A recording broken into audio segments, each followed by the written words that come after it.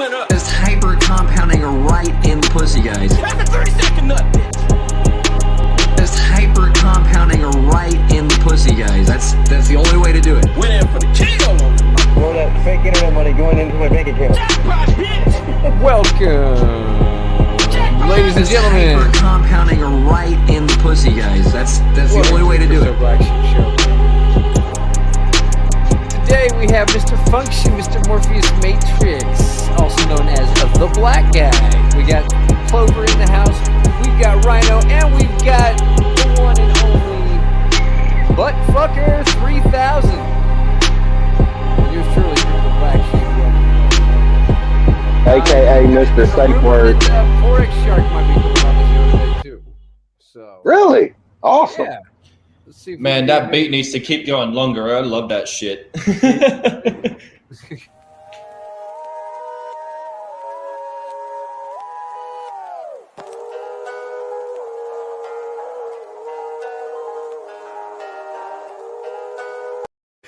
Oh, that's cool. I don't remember ever seeing that. yeah, old drip video that we did a long time ago. Yeah, Forex Shark will be coming on here soon. So Hell Hey, yeah. when he comes on, Nice. you should just play that as his intro. Yeah, hey.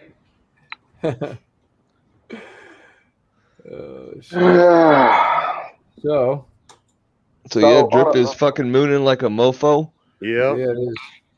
On a level of 1 to 10, how much fun did you have last night, Sheep? Looked like you had a wild time in the Telegram. Yeah.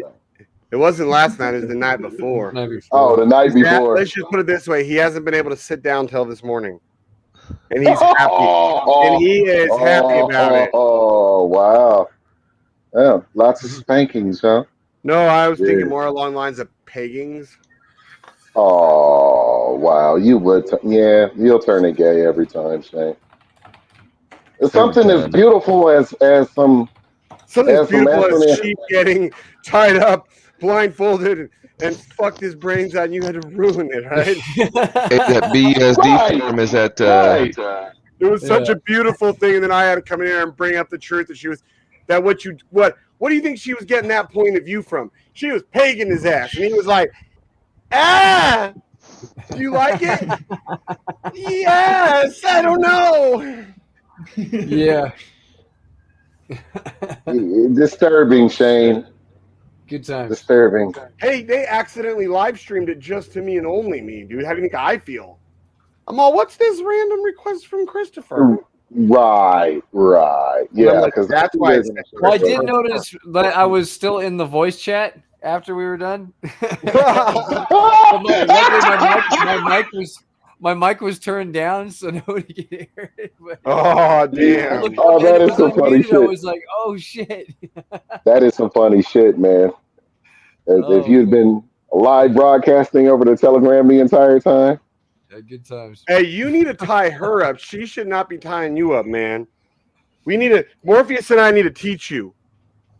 Well, Yeah, man. You can't be just.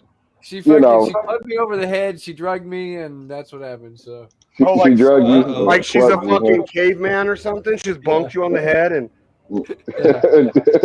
Put some drugs in your mouth. that's my and that was story. it. I'm sticking to it. Okay, all right. Okay, no problem. I'd probably have a similar story if something like that happened to me. I wouldn't. I'd be like, the bitch tried it. I countered it, smacked her across the face, tied her up, and fucked her 3 times in her asshole before she even knew what was happening. My pimp hand is strong. Right? Turkey Slurpee. Where is Forex Shark? Every time that makes me laugh. All right. So Sheep, dog. Sheep, you gonna tell us what your safe word is? Huh? I think it's safe words. Keep going. It's, That's the safe word. califragilistic. What is it? Simple califrag. He has to sing the whole song. Simple califragilistic. SBI with those. It gets fucked up, dude. What the fuck are you talking about? You don't know what a safe That word song is? of Mary Dog? Poppins, man. Come on, don't tell me you come know on, what's Mary that movie. Poppins. Oh yeah. That's She your tried to safe give me word. You that got to bullshit. sing the whole song. Supercalifragilistic expialidocious. Nah, Try saying that while you're getting pegged. I was gonna say there's no way I'm even getting all that out. That's the point. She's all that's your safe word, but I need to hear the whole song. Super fragilistic expialidocious, even though his arsehole's looking really quite atrocious. So if we ever start hearing him singing that song on live chat in the distance, we know what's going on. I think we just had another. Run, Chief! Go fuck. His safe word is harder. He tells him what the safe word is. Your safe word tonight's harder, bitch. Harder, bitch. Harder, bitch. Safe word is harder. Wow. Harder. She's like, oh, you're going to get harder. All right. Where's Shark? We got 12 people out there, guys. How you doing today? Damn, Eric, that thing just keeps going up, huh? Yes, sir. It's the remix. We got one person in the chat, and he's actually in here. He doesn't even count, damn it.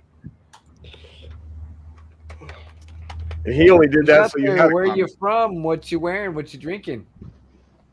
Well, we know what you ain't wearing the other night. Hey, did anybody know he had that tattoo on his shoulder before yesterday when you saw that picture? Look, it could have been so much worse. Cut him some slack. It could have been worse. You know, we could have caught him in a furry costume or some shit. Or well, she only shared one picture. Don't give her ideas, dude. Because she already knows Chris will be like, "Man, I'm down. I'll give it a shot. Why not?" Oh shit! What is Hex doing there?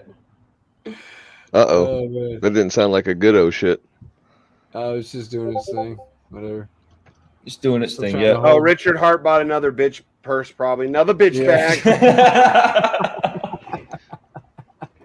Another pair of the dumbest pants in the world. Yeah, every time that goes down, it's either another bitch bag or he like left the house with only one watch on, so he had to go get another one for his other wrist. Oh, wow. He's like, oh, shit, I forgot I only have one watch on. I gotta See, go buy the thing another. is, I can actually picture that there is someone out there who is literally just that self-important and rich about it. Like, I can just envision that happening. Oh my God. You just want to slap those people. Hey. It's like, what do you do? Yeah, well, that's why a lot of people are impressed with Richard Hart. Oh, there he is. Oh, fuck. One and only. Oh, we were just talking shit. Shh, quiet. He's gonna hear. So, guys, I didn't hear anything. Your new name's Little. We called you Little BT's your new name. Echo. Nah, man. Nah, cool with that. You're all now. We're fighting. Your grand entrance.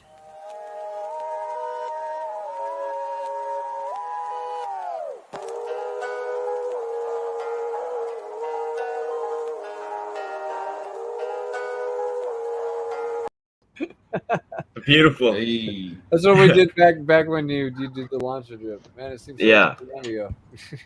I actually saw BT in a voice chat that I did, I think 2 days ago. I didn't talk to him though, but I noticed that he was in the group. Oh yeah, I seen that too. Yeah, well, He's probably trying to get some new ideas. I think he did. He did. He said thanks to Forex Shark for giving me some last little innovative ideas to seal up the thing. He did say something along those lines. He did. When was that? After your thing, something that you said about the way your contract works. He lit a light bulb and he's like, "Oh shit!" Something having to do with his stable, right? Yeah, something with the stables. It says "Big Dick Shark in the house." Yeah. Yeah, he's probably talking about the dynamic the dynamic emission rates. You know, based on the demand for the reward tokens for the L2 part of the farm, the emission rate can shrink and expand based on current demand for the project. So when the project is at all-time high and the demand for the project is very high, then it can emit at, you know, a full efficiency rate. But once there's a lull in demand, the supply can shrink to address that lull in demand and allow the current demand to have a positive impact on the price. So I would guess if we were talking about a stable coin, something to do with a stable coin, it would probably have something to do with that aspect. Okay. Nice.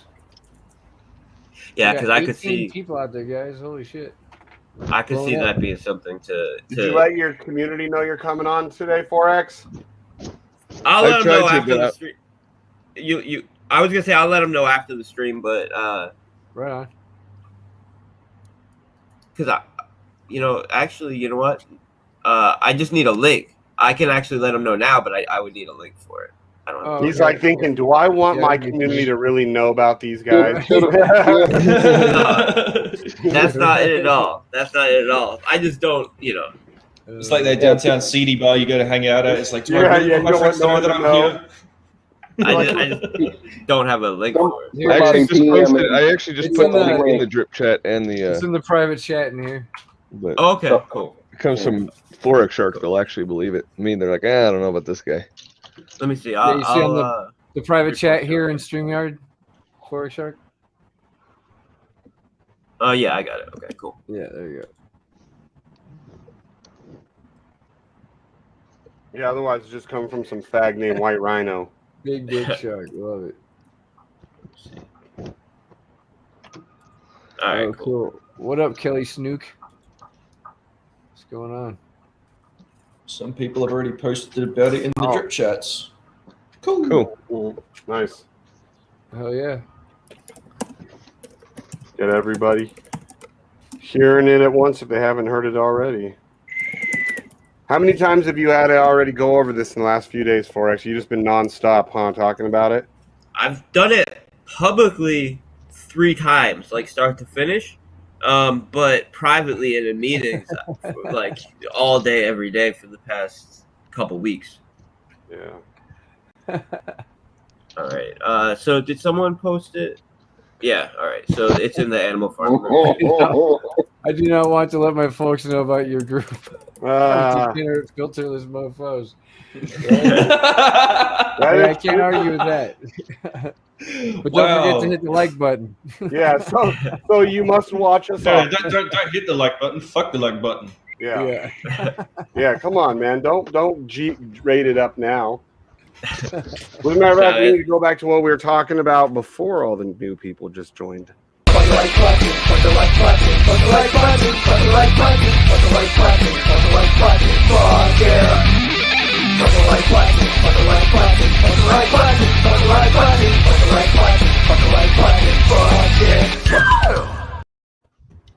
I think that that person has extremely good logic.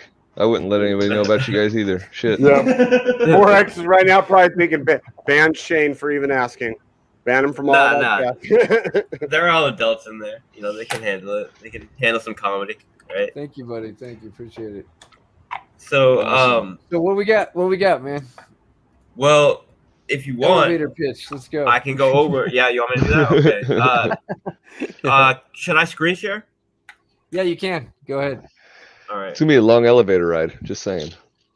All right. Yeah, most of my explanations of projects, it gets a little lengthy, but I'm gonna try to do it as fast as I can. Well, there's a lot of aspects to this thing, is what I mean. Not necessarily that. Just there's a lot. Yeah, of, we like like layers. This ain't no copy paste bullshit.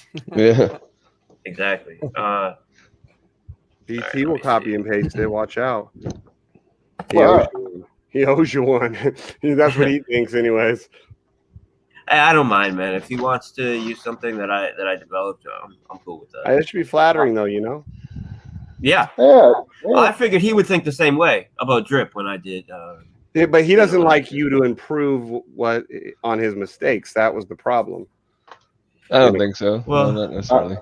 I don't know. I give BT a hell of a lot of shit, man. Not me. Oh yeah, I give BT a hard time. Pablo asks, is the liberation pool is just straight BUSD? Yeah, BUSD.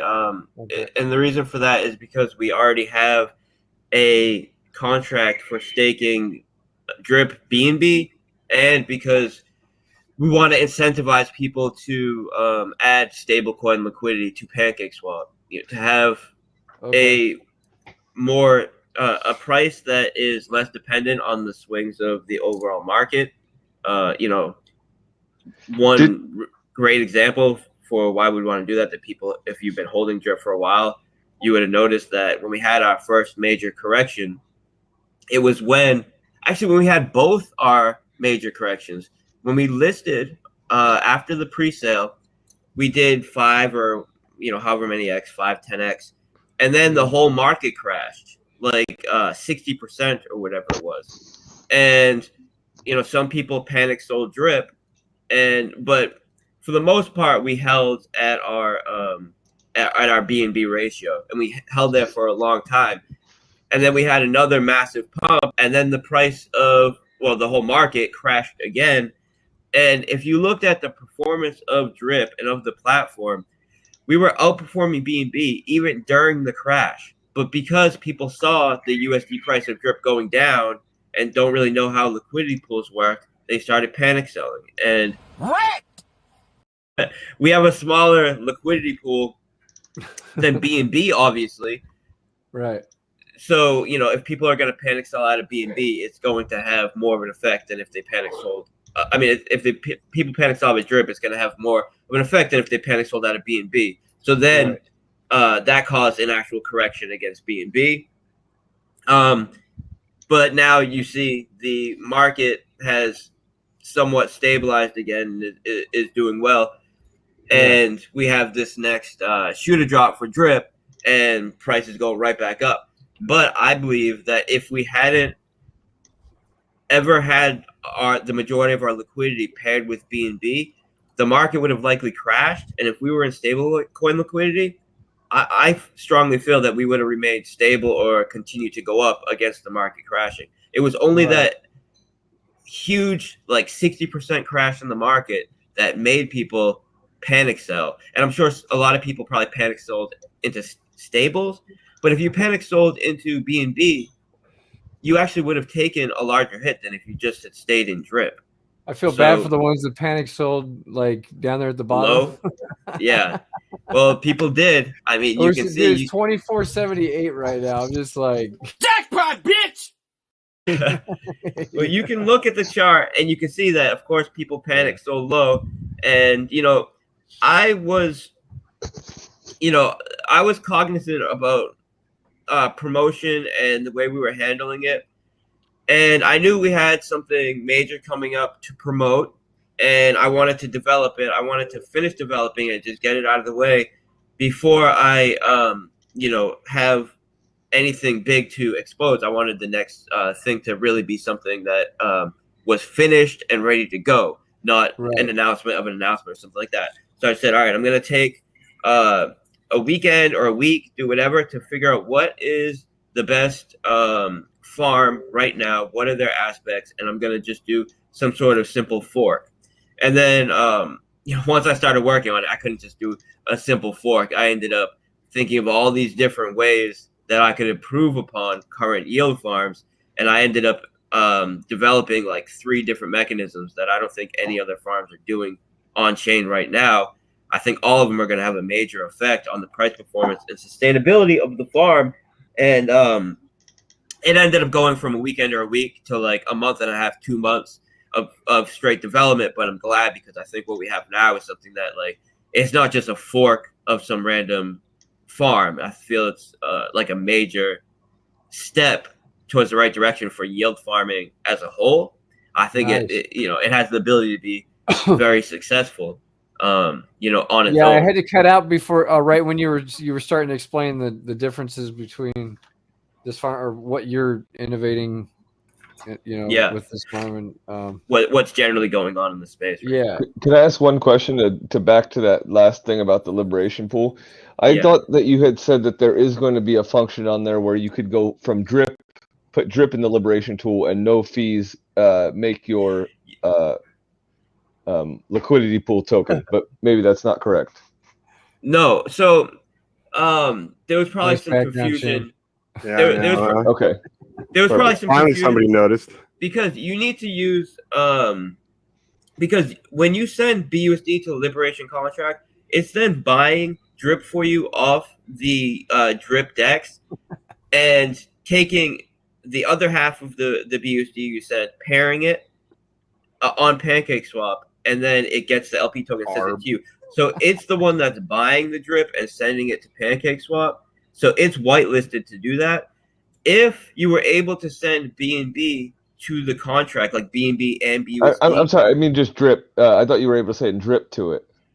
No, if you were all right, so it doesn't matter either way. Okay, if you were just BNB, going to gotcha. be going to be sending drip to it, or if you're sending drip and BUSD to it, you're still sending drip, and that drip transaction is going to have a tax on it. There's no way you can only whitelist the sender, right? So so there's no way I would have to whitelist everybody in the system for that to be possible, and then it just that breaks the system. That's impossible. Drip, yeah, no worries. Yeah, it doesn't work. So that's I think it's a positive for overall, because I believe drip's going to perform well and continue to perform very well. I think with this farm, it's going to give it another major leg up. So people that are already holding drip, if you want to sell half that drip you're holding for BUSD to pair it up, you can do that. I think you're probably going to get more value just holding the drip that you have, allowing it to appreciate in value with the farm and with everything, and using BNB, sending BNB to the Liberation contract. And because of that, and because of all the new people that are going to be getting in to use the drip miner or to get into the farm that aren't currently drip holders, that's going to be all a bunch of fresh capital coming in, because they're sending BUSD to then buy the drip and pair it. So everybody that's going to be using the Liberation contract, that's going to be all fresh capital, unless people decide that they want to sell some of their drip for BUSD to pair it. Because of for tax reasons, and because I think this farm, not just at the launch of this farm and the lead up to this farm, but in L1 and L2, for the continuous of the farm, I believe is going to continue to appreciate drip. So, I think the move would be to get in with fresh BUSD to avoid the tax, and because if you already hold some drip right now, drip's mooning. I think drip's gonna continue to moon. So, I wouldn't get rid of some drip and pay some taxes. That's the same as like when people had drip BUSD liquidity. I was telling them, if you want to get out and pay the tax to get out, but you probably should just hold off, because there's going to be some things coming up, and maybe you'll be able to make some money from that liquidity without having to get in and out and paying multiple taxes both ways. So I think a lot of people listen to that, because the liquidity on PancakeSwap has been relatively stable. So I think a lot of people kept their drip liquidity on there, which is good. It just shows that drip people involved in drip, whether it's liquidity providers or holders, are serious about the long-term aspects of the project. I mean, right now, only 60. I would have to look. It's something crazy, like 68,000 tokens are in circulation right now, and 80-something% of the total supply is in the tax pool, and that's after like 200 days of paying 1% compound interest. So, yeah, I'm extremely, extremely happy with the performance of drip. Arrington, welcome to the chat. Who was fighting our bag for HEX? Definitely wasn't me. Who you referring to there? Wasn't me either. I made a lot of money off HEX myself. Right. And I think Rich at heart as a person, I've learned some things from him about promotion. I would say that's what he does best, is promote. So if we ever find out who you are, you're going to be like wearing Gucci PJs. Yeah, right. That's how I was just thinking. And like watches, like, what up? If I'm going to be honest, I think that part of the promotional angle is kind of cringe, and I don't think it's actually a positive. I think it's a negative, but it still gets us talking about the faggot. You know what I mean? I guess, but like I don't talk to him. You're talking about him right now, and it's in a negative light. I guess we are talking about it you still in are. that sense. But I think what he's done as far as his other promotional angles, some of the other things he's done. I think he's a brilliant man. I do think that, but he's got terrible fashion sense. I think that they're what has brought everybody. And I don't think you can't afford it doesn't make it terrible. I can afford it, and it's still terrible. There's no such thing. There's no such thing as bad publicity. No, it's true. You probably got jackets worth more than your motorcycles. Yeah, they ain't got jackets. Wow. Nigga, fuck yourself. My 8 motorcycles combined is worth more than one of his bitch bags. I'll tell you that much. Dog. Glass houses, Shane. Glass houses. I used to be more into that stuff. Like I had I still have a diamond bezel Rolex Datejust. I have a couple Rolexes. I don't wear them anymore. Like I don't wear my diamond Rolex anymore. It's just I haven't worn it since I was like maybe 24 or something. It's just I don't know. It kind of brings a lot of attention, and it's I don't really ever dress up. I'm like a normal dressing kind of dude. And then having a diamond bezel Rolex on, it's just like it doesn't always go with the look. So mine's just been sitting forever, but it has gone up in value though, so it wasn't a bad purchase. I think it's a great liquid. Unless you're like Sheep just did like over $100,000 stake, that I think is going to pay off really good. But if you're not making massive stakes like that, like the gas fees are just crazy. It takes all your gains, Yeah, it's Crimea River. It ain't no trip, I'll tell you that. Well, I don't know. So we probably should. Yeah, go ahead. Did you want to share a couple questions? There's a couple questions right here, Firm. You said you wanted to share your screen. Yeah, but I'm looking at how to share screen on. Yeah, right at the bottom. On StreamYard, I see. Yeah, I hit share screen. Share, and then you select the screen you want to share, and then hit share again. I see that, but it says like, I'm not sure which one it is because it's like StreamYard, Telegram, main window. I'm not sure what the main window is. Main window would be your whole thing, your whole computer. All right. Yeah. No, they have entire screen as well. Oh, maybe those are two separate things. Whatever. And then NVIDIA overlay, and then some charts.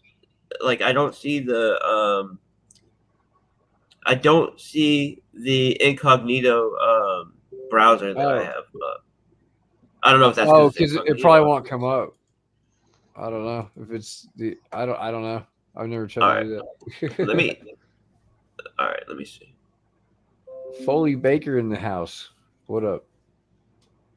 I just don't want to Foley be leaking info and stuff. No, yeah. Typically on like Telegram or Discord, it will pop up and show you what the screen looks like. Yeah. In this, it's like this one you would have to. Well, you ain't got no porn on there or anything. I mean, you ain't got no porn off on the solid. I don't have porn, but I got things that like Chrome I don't want to. That you don't want to show anybody. You just want to. You select Chrome tab on the far right. You should be able to select whatever tab you want to share or whatever. What did you say? When you hit share, well, mine says entire screen and then window and then Chrome tab. I don't know what browser you're using, but you can select what Chrome tab you want to share. Let me try entire screen and see if it. All right, I'll try entire screen. Yeah, I won't share it till you're ready to share it. Just let me know. Okay, cool. Because I have to approve it first.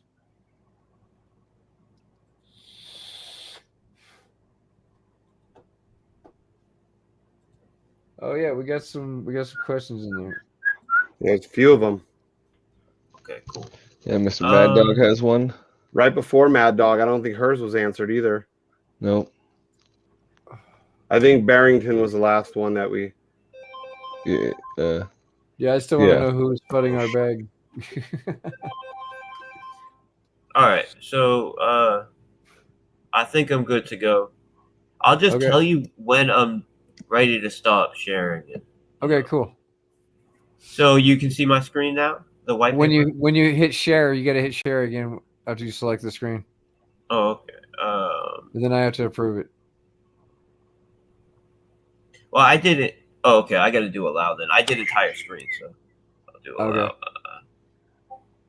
We are experiencing technical difficulties. Please stand All right. by. So yeah, I see the StreamYard chat. Is that we want me to share that? You see the white paper now? Yep, I see the white paper. Yep. Okay, you ready? Yeah, I'm ready. Okay, go. Let's do it. All right, cool. So, so everybody can see my screen now? Yep. Yep, farm lush. All right, cool. So this is the white paper for the new farm. There's the manor farm, and then there's the animal farm. Essentially, the manor farm acts like a 14-day launch period for the second layer, which is when the majority of the new mechanics come in with the second layer.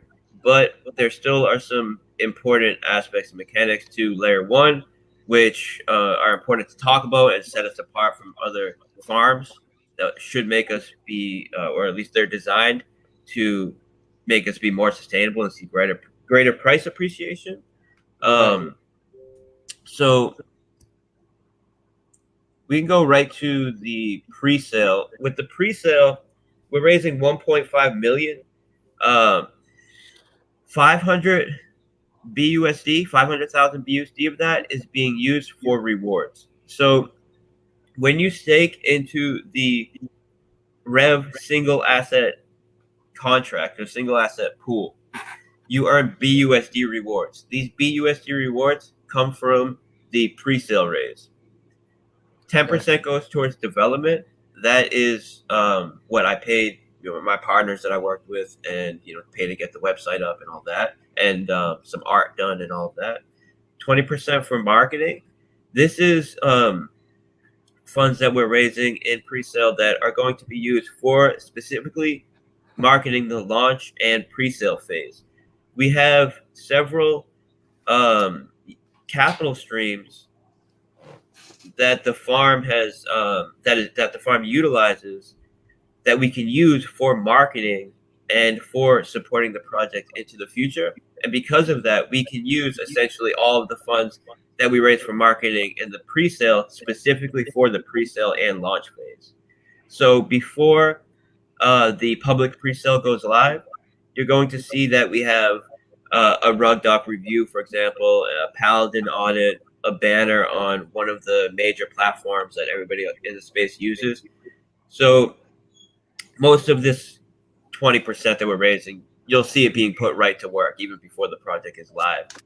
And then the last 40% goes towards liquidity. So when the farm goes live, the pre-sale tokens will be able to be collected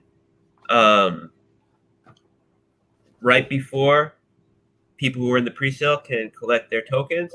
The liquidity will be added, and that liquidity is just 40% of the funds raised, which is something like $750,000, somewhere around there, with a specific amount of Rev tokens to set the price. The price will be set to 10% over a public sale and 20% over pre-sale, right? So if you get into the pre-sale, as soon as it lists, you're in profit. And anybody that's been part of my pre-sales before know that I've never had a single pre-sale that dumped at launch. Every project that I've ever had a pre-sale for has done 20x or more in the first couple months, and before any major correction. So I expect this project to be no different. I've learned a lot in my past few projects as well. So I expect this to be our best launch and our greatest promoted launch, just because I've learned so much in the past 6 months to a year. And before I was doing my own projects like Reap and all of these other projects, I was advising other development teams. And a lot of the advisor roles I was doing was specifically helping them handle their pre-sale and launch. So pre-sale and launch is something that I've been able to pretty much perfect, and I think I've gotten even better since the drip launch because I've learned a few things. And I'm really excited for that launch. I think the pre-sale and the launch is going to go super, super well. So now I'll talk about the aspects of the L1 farm itself. The layer 1 farm is a farm that will only last 14 days. It emits a specific amount of Rev tokens per block until the 14 days is over, at which time it stops emitting. So there is a max supply of Rev tokens. It's not going to mint on for infinity. The Rev tokens can be minted or can be farmed, in all of the farms on the platform and all of the pools on the platform. The Rev token can then be staked in the single asset pool. Actually, let me go to the can you see the front end now of the platform? Yeah. All right. So yeah, it's better if I show you this here. The Rev token can be earned on all of these pools. These are the pools, and then here's the farms. There's a pretty large selection of different farms that you can choose from, and all of these pay out in Rev tokens. Right.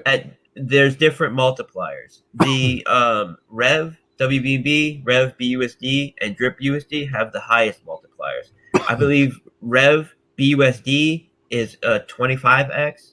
I believe Rev WBB is a 20x. I believe Drip is a 15x. And then all the rest of them are between 5 and 10x, somewhere between 5 and 10x, depending on which ones they are. The ones that are a little bit less risk are a little bit less, a little bit lower of a multiplier. That's the general rule in any kind of farm here, because you want it so when people get in, it's well balanced. So you have about the same APY in all the different farms, but some of them might have a much higher multiplier, but they're going to have way more people, way more capital in there, which reduces the APY. The ones that have a lower multiplier will usually have less capital and less people in there, which allows those people to see a higher APY. It all kinds of balances out. But in this farm, you can take your Rev tokens here that you earn from all of these pools, and you can go into the Rev single asset staking contract to earn BUSD.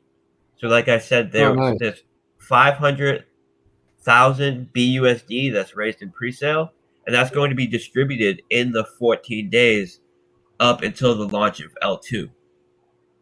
There's also a deposit fee on the all of the pools and all of the farms except for the native core pool. So if you see core here, there's not going to be a tax on the deposit fee. You'll notice that Drip is considered a core farm pool. So there's also no deposit fee on Drip. And one of the reasons we decided to do this as well is because Drip already has a tax associated with it. You can avoid the tax by the Drip liberation contract. So you're going to avoid that tax that you would have to pay from adding liquidity. There is still a tax when you remove liquidity, which is good because it's an incentive for people to keep their liquidity in there longer, and it makes the Drip platform more sustainable. But because of that reason, we want to make sure that there wasn't an additional fee to get into the farm with Drip. So there's no deposit fee for the Drip pool on either L1 or L2. Now, the deposit fee that is collected is distributed out in this way. 30% of the funds raised in deposit fees are used to buy back the Rev token.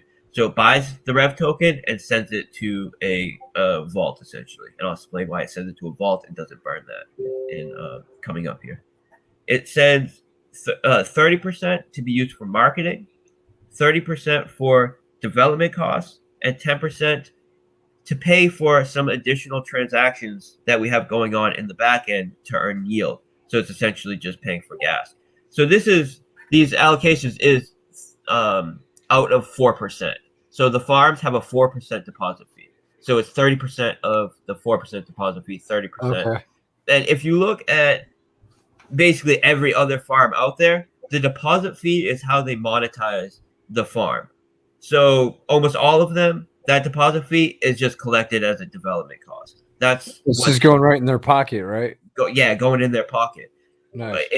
For us, we're using 30% for development costs, which isn't just paying for development of things that have already been developed. It does help us pay for the time it took for me to hire people to help develop and everything that took place, up until launch.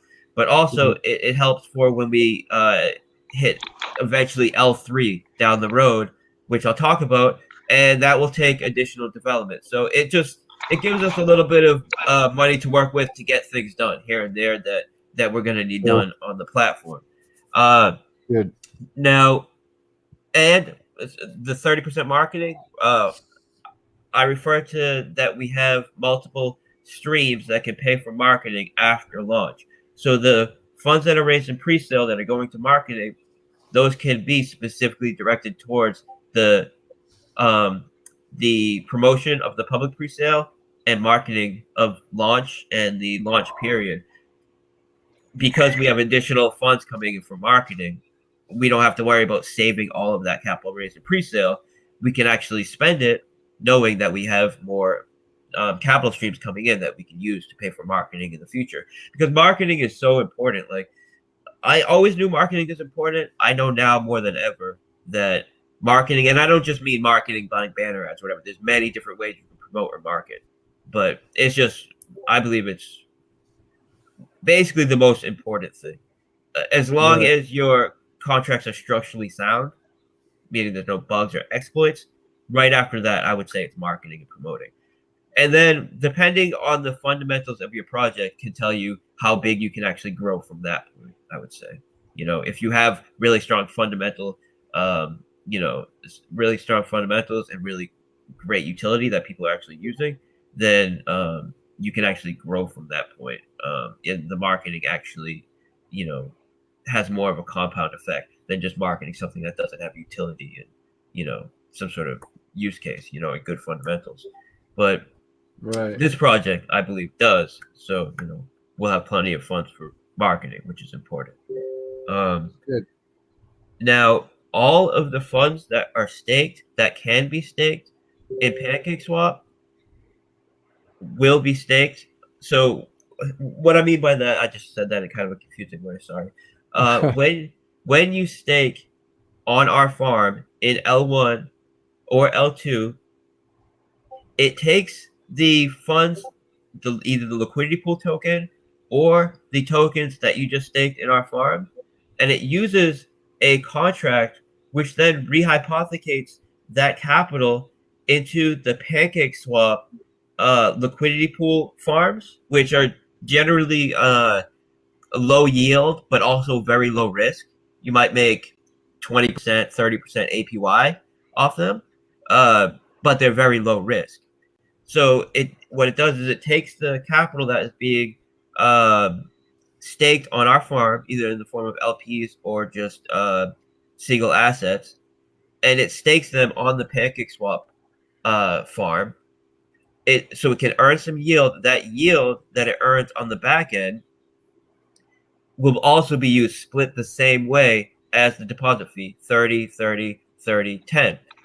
And I don't know any other farm that is doing this and utilizing this capital in this specific way, but is going to generate an additional, 30, maybe 25, maybe 40% APY extra on the yield that would otherwise just be sitting in our contract. If we were any other, platform, it would just be sitting there doing nothing.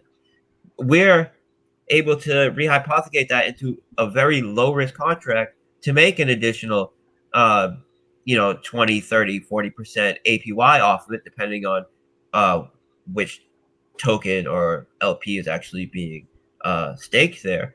But this creates, like I just said, an additional capital flow and additional yield that we can then use for buybacks, marketing, development, and platform costs. So 30% of all the funds that are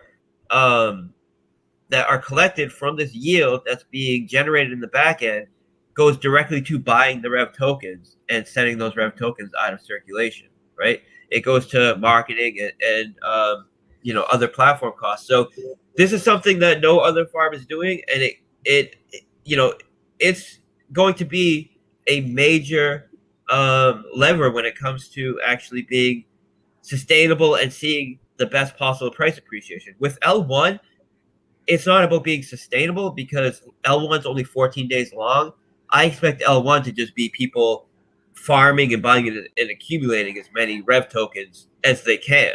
Like, it's, and I say this because we modeled this 2-layer system based on a different project, which has many different mechanics than us. We have several mechanics that they don't have at all, and then other mechanics that they do have that we greatly improved upon. But either way, this other project I'm talking about, its L1 farm token was just it just went crazy, just rocket ship the whole way, not one single correction all the way till L2 launch. So that's what I expect to see from our Rev L1 token, and more so than just what than theirs did, even though theirs was extremely well performing, because on ours you don't have to sell the Rev tokens to secure some profits. You could take those Rev tokens, put them in the single asset pool, and now you're earning BUSD rewards. So you're securing profit on the farm without needing to dump the farm token. And that allows you to accumulate the Rev tokens, get a greater share of the Rev single asset pool to get a greater share of the BUSD rewards. And now you're not having to sell your Rev. So you're just accumulating more Rev. And that's important because when we go to L2, you'll be able to use your Rev for its primary use case, and that is as a launch token for the L2, the layer 2 tokens. So when you use Rev to get into the L2 presale, you get a 20% bonus on the L2 token. So if you were to get into the L2 presale and the Rev token was worth say 100 BNB, or was worth 100 BUSD, and you put 100 BUSD into the L2 presale, you're going to get 20% more L2 presale tokens. So for this reason, there's no incentive to sell your Rev tokens, because not only can you continue accumulating them to get a better deal, you already have a way to secure profit in BUSD. So, if you believe that L2 is going to be successful, which I believe that all of you will, then the best possible thing you can do to take full advantage of L2 is accumulating as many Rev tokens as possible. I knew that no matter how bullish people are going to be on L2, people are going to want to secure some profit on L1 if they're in profit. And that's why I made the single asset BUSD pool. So you can stake the Rev token to earn BUSD and essentially take some risk off the table and secure some profit, rather than just having more Rev BUSD or Rev BNB pools that you earn more Rev tokens. In this, you can go in that single asset pool, earn BUSD, take some risk off, secure some profit. So with L2, what we do on the transition from L1 to L2, actually, before I get into that, I should say that we because this is just where I am on the referral system, we have a referral system for both the drip miner game and the L1 and L2. The way it works is when you refer somebody to the farm, you get 3% commission on the rewards that they harvest. So if they harvest 100 Rev tokens, you'll get 3 if you refer them. So that's the way the farm L1 and L2 commissions work. We knew that we would have a referral program because we know that people in the drip community like to build teams. They already have their team structured, and they know how to really exploit these kind of systems to make the most yield possible. So I wanted to allow them to do that because, there's basically no better form of promotion than a referral program. I would say maybe it would be a toss-up between project making new all-time highs and a referral program. I would say fundamentally a referral program is much, much stronger, but, price making new all-time highs, I often say there's no greater, promotion. But anyways, a referral program, extremely important. So we have a referral program on L1 and L2. The way that the drip miner game works is it's a 10% commission that you make based on the miners that the people you refer buy. So when they buy the miners, you get a cut of that purchase, essentially. I'm not going to get super deep into the drip miner right now. I'll explain the rest of the farm project, and then if you want me to get into the mining, I will. That way, because going from L1 to L2, it's easier to explain if I just explain the whole process rather than trying to, split it up. Cherry pick. Yeah. Okay. Cool. So with so I'm just gonna skip this stuff for now. For the transition from L1 to L2, the way we handle this is when the L1 farm stops emitting rewards at the end of 14 days, we start a 48-hour countdown. In this countdown, we let everyone know that when the countdown hits 0, we're going to remove liquidity from the L1 token. This liquidity is then migrated over to L2, so the people who use their Rev tokens to get into L2 are now rewarded through it. 60% of the liquidity that's in the form of BUSD that is removed from the L1 farm will go towards the L2 governance token rewards. So when you stake the L2 governance tokens, 60% of that BUSD that's removed from L1 will be going to you in those pools. The other 40% will be split up between the farm token and the governance token of L2. Is dogs. Dogs is the farm token. Pigs is the governance token. The reason why we decided to go with dogs and pigs is because it's the theming of in L1 we are launching with a ownership structure similar to other farms, where we're collecting the deposit fees and essentially you guys are doing the farming. Of course, because we're good developers, we're not just pocketing that money. We're putting it towards buybacks and marketing and the other things to make the project actually do well. But it changes when we go to L2, and essentially those who get into the Rev get into L1 and hold the Rev tokens will get into the L2 presale and then take ownership of the dog and pigs tokens. And as someone who stakes the pigs tokens, you are now a share owner of the farm. So you go from being the people who are doing the farming to the owner of the farm. And if you've heard if you've read the book, The Animal Farm by George Orwell, it's a novel about how the pigs and the dogs and the sheep and the horse and the donkey and all the different animals on the farm are tired of how they're being treated. So they end up kicking the owner's ass and taking control of the farm. And then it goes from the manor farm to the animal farm. And that's why our L1 is the manor farm and L2 is the animal farm, because that's when the ownership is then essentially migrated over from to the pigs governance tokens. So nice. This transition, the way that we price the Rev tokens, because some people might be thinking if you're removing liquidity, right? If you're removing all the liquidity, that would remove the value from the Rev tokens.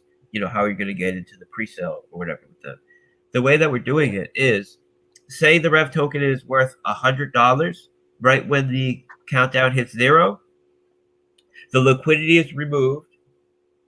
Any tokens that have been bought back that are sitting in the vault will be sold into the market to remove all of the BUSD from the pool. And then whatever the price was before that liquidity was removed, that's the price that we respect in the exchange rate for L2.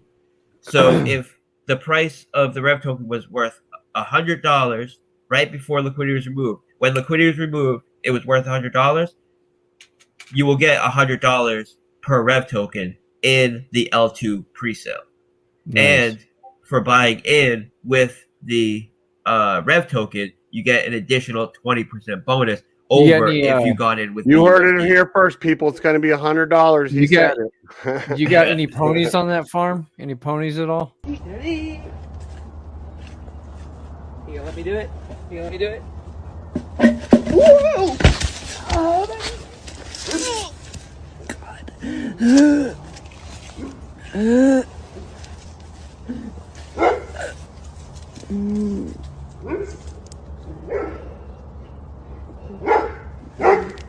That really hurt. Oh, God. Little Pony took her breath right away. Yeah, dude. Oh my God. Anyway, go ahead. Yeah. So the way that works is you get a 20% bonus on the exchange rate. So if you go to actually, let me go right here. If you go one of the ladies wants to see a donkey on the farm. They do it a little crazy in South Africa. We might have some donkey NFTs for her or something. Yeah. I'm not promising anything. They better have big old cocks. You know. And I'm joking on the donkey NFTs, guys. I don't want to, in 2 months, people will be like, "You didn't have donkey NFTs. You said you were gonna have donkey BlackSheep on your farm, right?" Yeah, no. you have to. Yeah, you got to be precise if you're gonna say something. But if you go, see, I'm at the presale thing. You'll be able to exchange BUSD for PREV tokens. The PREV tokens, when the farm goes live, all right. So we collect the public presale money. We prepare to add liquidity. We add liquidity. As soon as we add liquidity to PancakeSwap to the Rev token, we then open the front end to allow people to exchange their PREV tokens for Rev tokens, the real one. The PREV tokens are just like a pre-sale placeholder token. And then after people, as soon as that goes live, people can get their Rev tokens. There's a 30-minute period where people can get into the farms and the pools before the emissions start. So that's when you guys have to, if you have some sort of plan or strategy for your referrals, that's when you would execute them. You get it all done before it goes live. That's what that half an hour is about. I'm gonna need a bunch of BUSD, not BNB, right? BUSD. We're raising it stable because we prefer stable coin liquidity, and we don't want to lose money in exchange. Yeah, you don't get that loss. Yeah. So so cringe. All right, so when we talk about fuck your HEX. when we talk about this transition from L1 to L2, now I don't want to say what we'll have for TVL, but I can say that the marketing the marketers that we decided to work with to promote our presale, they regularly get 30 to 40 to even sometimes 50 million TVL within the first day in the farms that they promote. So I'm not going to say how much money is, how much money is going to come in TVL, but the reason why it's so important to get into the L2 presale with the Rev token and accumulate as much Rev token as you can so you can get that bonus and have a large position in the dog and pigs tokens is then as soon as L2 goes live, you can stake your pig tokens. Now you have a share ownership of the farm, and when the farms and pools unlock to have people start to join in, you're going to get your share of all the TVL that comes in. And if we do what these the other farms that this marketing group has promoted does, that's going to be your share of 30, 40, $50 million. So that's why it's so important to get into the L2 pre-sale using Rev. And there's every incentive to accumulate your Rev tokens and not dump them. Now, let's go to L2 a little bit more. And the reason why there's every incentive to hold them and not dump them, I've already said it, but I'll just reiterate it in 2 sentences, is because instead of dumping them, you can decide to pair them with BUSD or BNB to earn a higher rate of Rev, or you can decide to take the Rev tokens and put them in a single asset to earn BUSD. Now you're securing profit in the L1 farm without needing to dump your Rev token. Now you can accumulate your Rev token so you have a larger position of them when you go into the L2 farm. Now you go into the L2 farm, you get your farming and your governance tokens at a bonus rate, at a bonus over the best exchange rate you could possibly have in pre-sale. Now you could take your pig tokens, put them in the governance pool instantly, and you can take your dog tokens, put them in the dog farms or the dog pools, and they will allow you to earn more pig tokens. Pig tokens get paid out in. I can't read anything right now because, like, if I switch the screens, no, it's fine. It's making fun of Morpheus. No, he says Morpheus is sad. It's pigs and no chicken. All right. So basically, when you get you can instantly stake your dog tokens to earn more pigs, which can then be staked, get you a greater ownership of the L2 platform. So there's only 3 pools. There's only 3 farms and 1 pool that you can earn pigs in. So all of the farms and all of the pools on the L2, you can earn dogs in. Only 3 of the farms and 1 of the pools you can earn the pig tokens in. And those are the dogs BNB, dogs BUSD, drip BUSD, and dog single asset pool. So this gives you incentive to hold the dog tokens and farm with the dog tokens in order to earn more pigs, because instead of dumping the dog tokens on the market to secure your BUSD or BNB, you can instead put them in the farm or in the single asset staking pool to earn pigs, stake those pigs in the governance pool. Now you're earning BUSD without having to dump or lose your position of dogs and BNBs, allowing you to accumulate more and get a greater share of the governance pool and a greater share of the BUSD. And it's not just a one-time payment of BUSD, meaning a max limited supply of BUSD. We have a large portion, 60% of all the BUSD that was removed from the Rev token that's paid out to the governance pool, but also 75% of all the deposit fees, and also a share of all the taxes on the dog token. So the dog token, apart from your ability to farm pigs with it, also has its own mechanics. The dog token has a 6% transaction tax. 3% of that tax is transferred to BUSD. So if you sell dogs for BUSD, it's instead of it's going to take 3% of that BUSD and send it over to the pigs pool, essentially. So there's a 6% tax on dogs every time you transact with dogs. 3% of it is turned into BUSD. No matter what you're trading your dogs with, you could trade your dogs for Link, and it's going to turn that Link into BUSD and send it to the pigs pool as rewards. The other 3% is transferred to BUSD and added to the liquidity pool.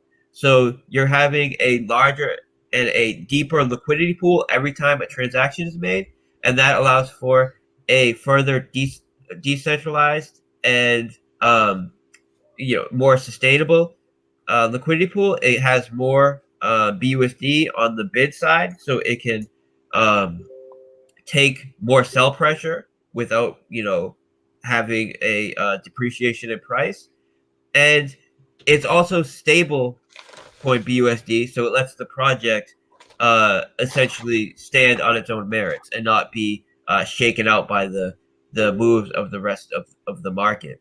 Now, if you sell dogs, there's an additional 3% tax that's just burned, removed from circulation.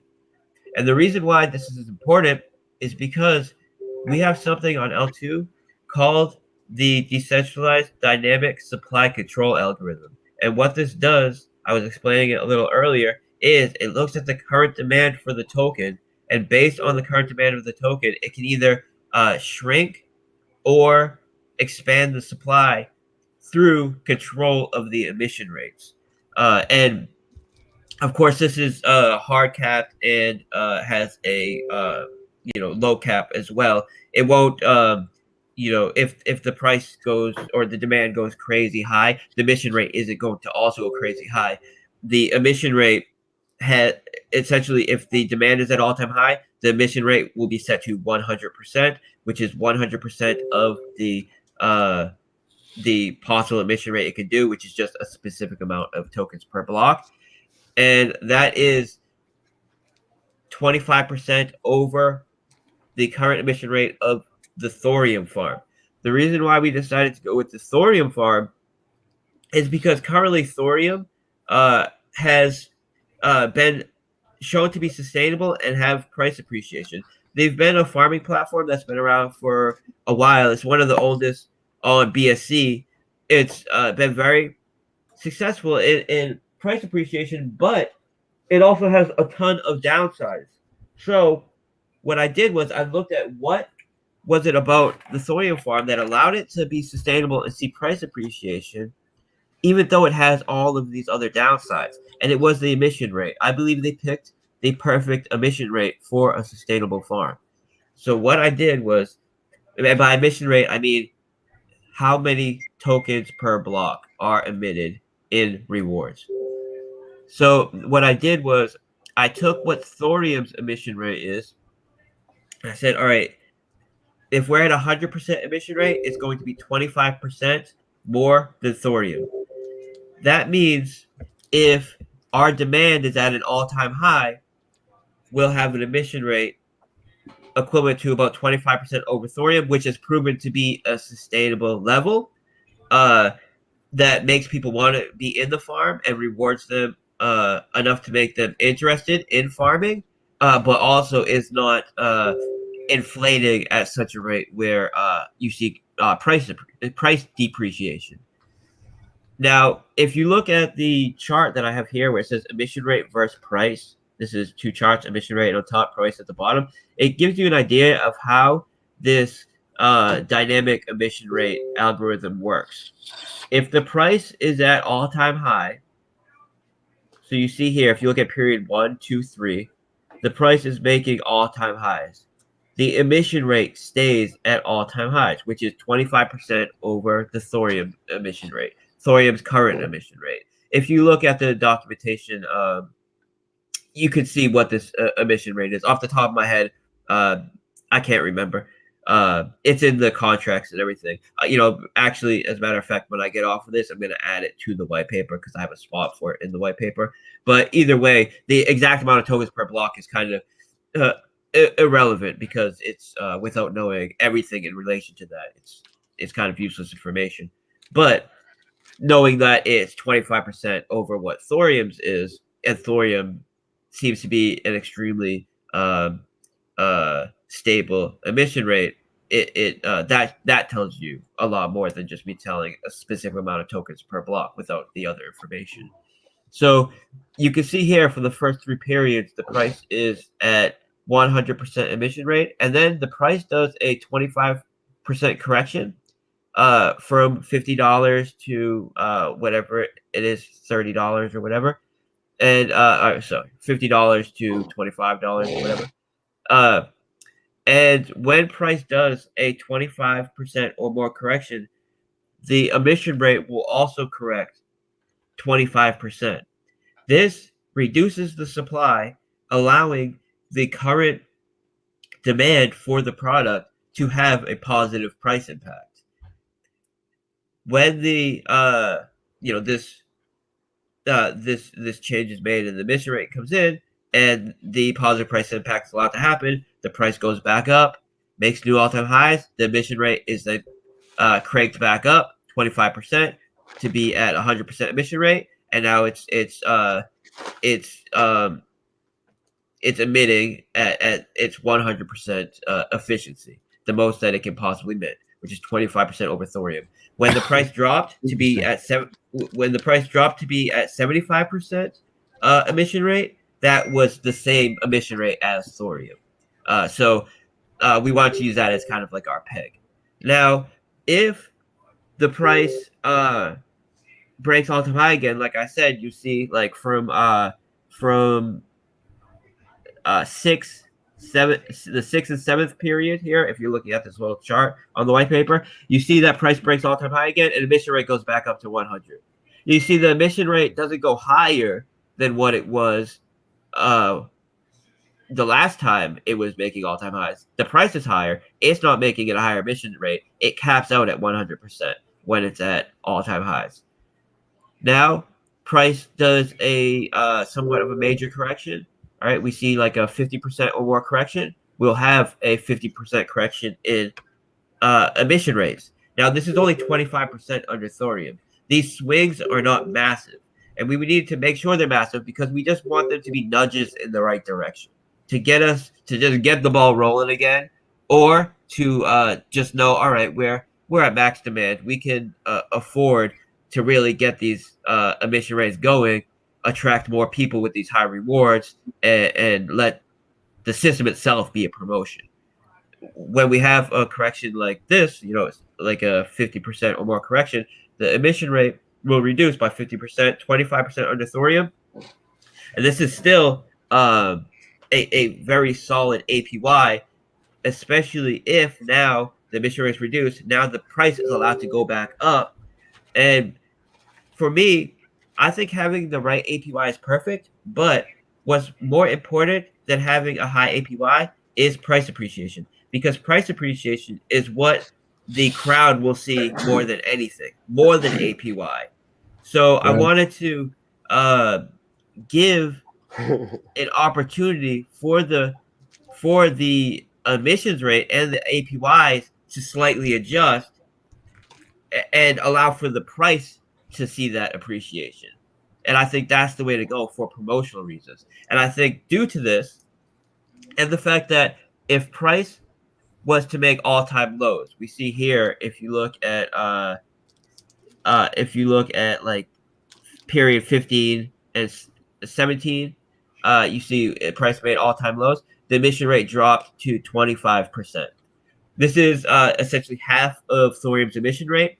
If this happens, then the additional taxes that are paid on the dog token when selling, right, is burning tokens and locking tokens in the liquidity pool at a rate that is designed to make it then deflationary. So if you're holding the token and you're farming with it, and we have any kind of serious correction, you're then being paid a reward to hold a deflationary token, which you can't find anywhere else in crypto. Not only would you be paying, and because of this, it wouldn't be at all-time lows, making that low emission rate for long. Of course, now you're seeing a deflationary token that is paying out rewards, and people are going to flood back into it. The price is going to pump back up again, allowing the emission rate to increase again, and so on. This is how the system is designed, and it's designed to be extremely sustainable because it's pegged to an emission rate that is proven to be sustainable, and it can go slightly over this or slightly under this, depending on the current demand for the tokens. Now, say, like I was just saying, the price has a major correction, and the emission rate is dropped to 25% efficient rate. It then becomes a deflationary token, and now you're being paid to accumulate a deflationary token that you can then stake to earn BUSD, right? So now we see positive price impact, and while you're holding it, you're not worried because you're collecting BUSD the whole time anyways. So this is why I see this farm as being the ideal setup. And it's not like other ROI platforms where you have some sort of sustained compounding. With Drip, we handled that in large part by putting max payouts and other things on it. With this, it's a traditional farm, so you're less likely to see it run away on you, right? It's way more of a stable type of project if done right than a daily ROI platform anyways. And we see how well Drip's doing. So I believe that this project has the ability to be sustainable, as sustainable as anything else I've ever built. I expect it to be the most sustainable farm in crypto. Nice. And I'm extremely excited about it. So the governance token, when you stake the governance token, it gives you shared ownership of the farm. We have layer 1 and layer 2. We're leaving the door open for potentially a third layer. If we do a third layer, what we'll end up doing is making several proposals to the community about what direction we should go as far as a layer 3. Potentially, it could be 1. It could be, I came up with this really cool idea. I think that it will take what we're doing in layer 2 and just take it to the next level. It will benefit everybody currently in layer 2 and people that come in after. It has some, mechanism that also appreciates the price of Drip. I'm going to make a proposal. The people who have the governance token staked will be the final say of whether this development actually happens or not. So when it comes down to it, it gives you all aspects of owning a farm, right down from the finances, getting paid the dev fees and the taxes, to being able to make some of the fundamental decisions on the direction of the farm. And because it has this decentralized ownership, because it has a referral program, it has everything needed for the people and the community themselves to want to promote it and want to get out there and show people. And I think the cool theming of it opens up a lot of doors as far as promotional angles that people can take. And I just think when this starts to actually start performing and people see the contracts are working as they're designed, this is going to really, really, really blow up. I think the people that see the most benefit from it are people who accumulate Rev tokens, who get into L2, and then they take their dog and pigs tokens. They immediately get into the governance pool. This way, they're immediately collecting BUSD rewards on the funds that were migrated over from L1 and the deposit fees that are coming into L2 and the taxes, and start accumulating more pig tokens by farming them with dogs, right?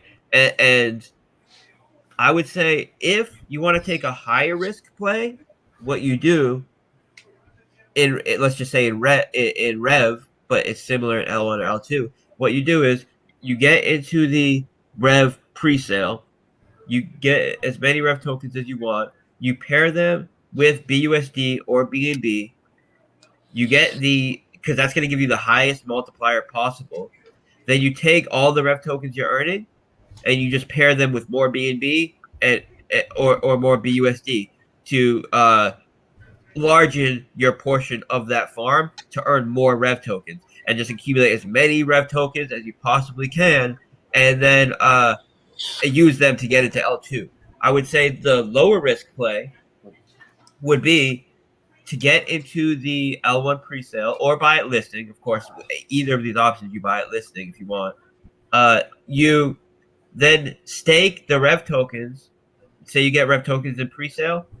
You pair all of them with BUSD or BNB to earn more Rev tokens, and you take those Rev tokens that you're earning and put them in the Rev single asset staking pool. Now you're earning BUSD, and you know that you're securing profit on the platform, and you still get to accumulate your Rev tokens. So I said this is the lower risk play. That's going to be the smartest strategy to follow. Now, we have the drip miner as well. And, one interesting play that people are talking about as well is that you're earning BUSD from the Rev single asset pool. You could take that BUSD you're earning, throw it in the drip liberation contract, get some drip LP tokens, and throw them into the game, right? And this is just a little a little gamble or a little game you can have on the side. And essentially, what this would allow you to do is accumulate drip tokens, accumulate BUSD, and accumulate Rev without having to sell. Because what you do, you get the Rev tokens that you get at pre-sale or at listing, you pair them with BUSD or BNB, you take those Revs that you're earning from that, you put it in the Rev single asset, you're making BUSD, you put aside some of that BUSD to secure some profit, you put aside a little bit to throw in the drip liberation.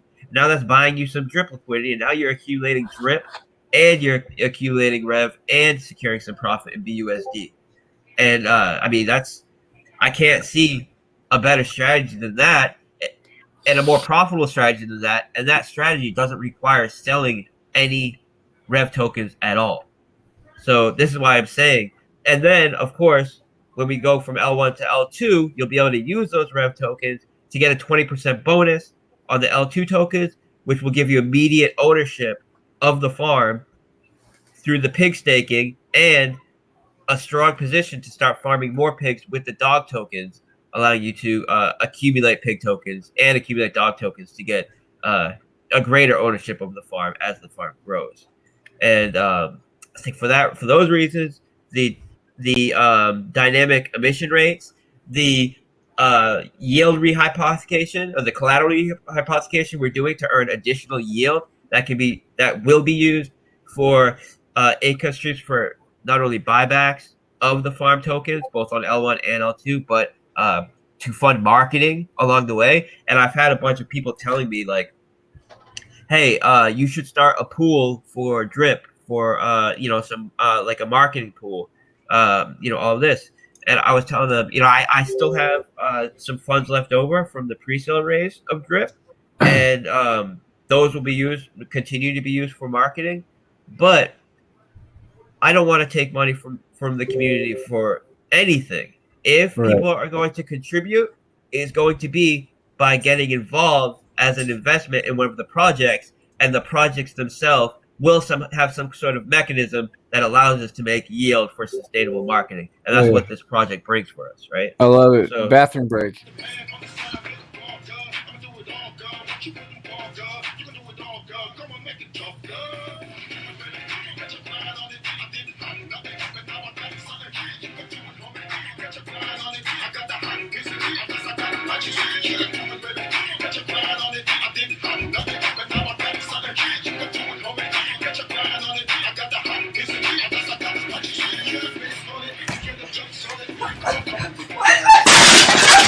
Oh my god!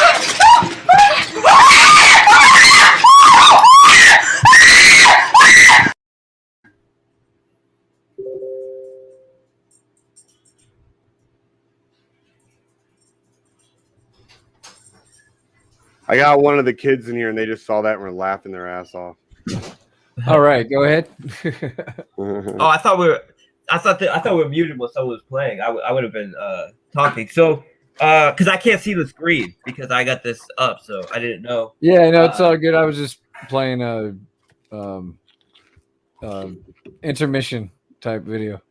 Yeah, I figured. Okay, cool.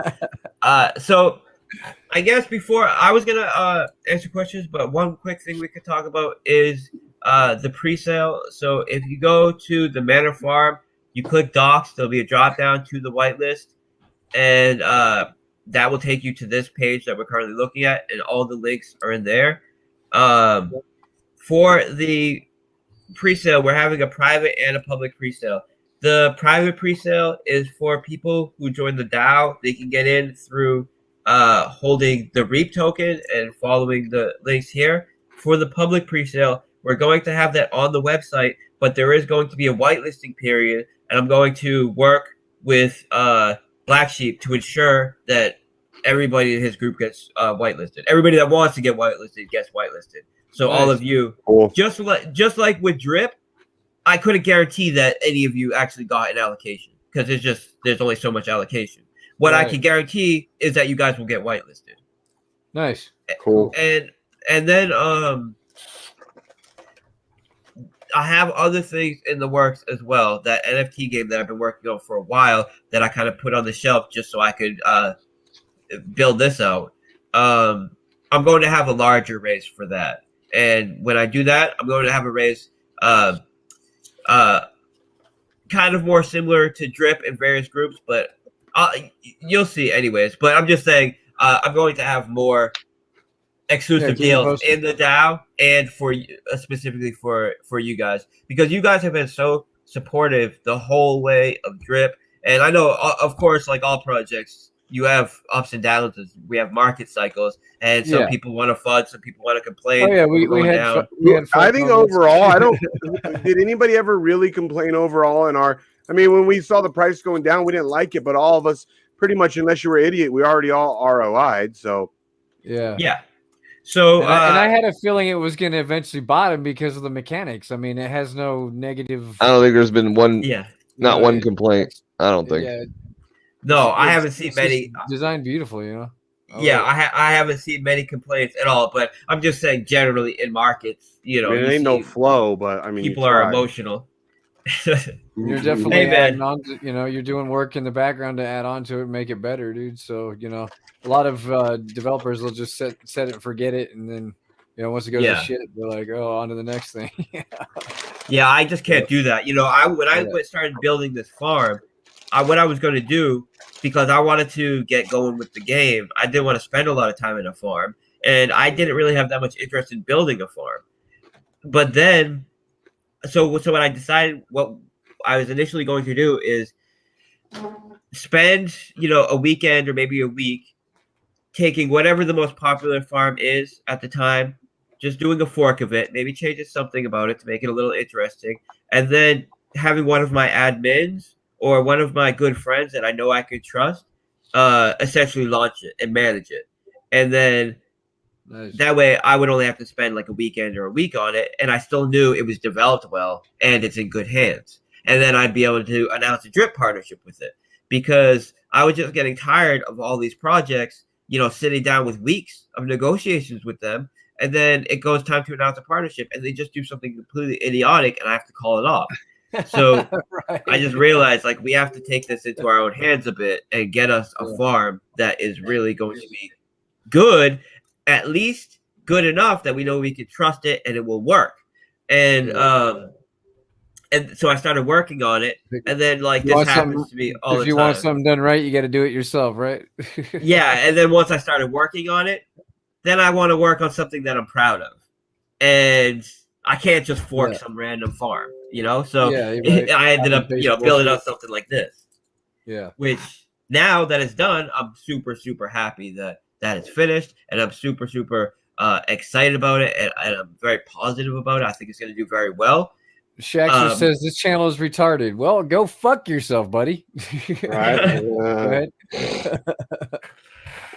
Hey man, we don't care. Being retarded is kind of fun sometimes too, right? Everybody has to relax, right? Just chill out sometimes. If you don't like it, don't watch it. I was just watching some documentary, and there was some Indian guy. He was like an Indian guru, and he was like, democracy is for the people, by the people, but the people are retarded. And he just puts his head down. Yeah, pretty much. That's why when it comes to governance protocols, I don't think it's ever a good idea for the developers to put 100% decision making in proposals made by people who hold the governance token. Because then what happens is you either have a couple insiders, which are usually the developers anyways, who have all the tokens, so they're going to make the choice regardless, and it's just a dog and pony show. Or you have a situation where it is really decentralized, but then you have the crowd deciding the future of your project, and most often they're just going to vote for whatever gives them the most short-term profit right now. and whether it's sustainable or not. So it's a big danger to have a governance protocol where you allow people to make proposals and then vote on proposals made by governance holders.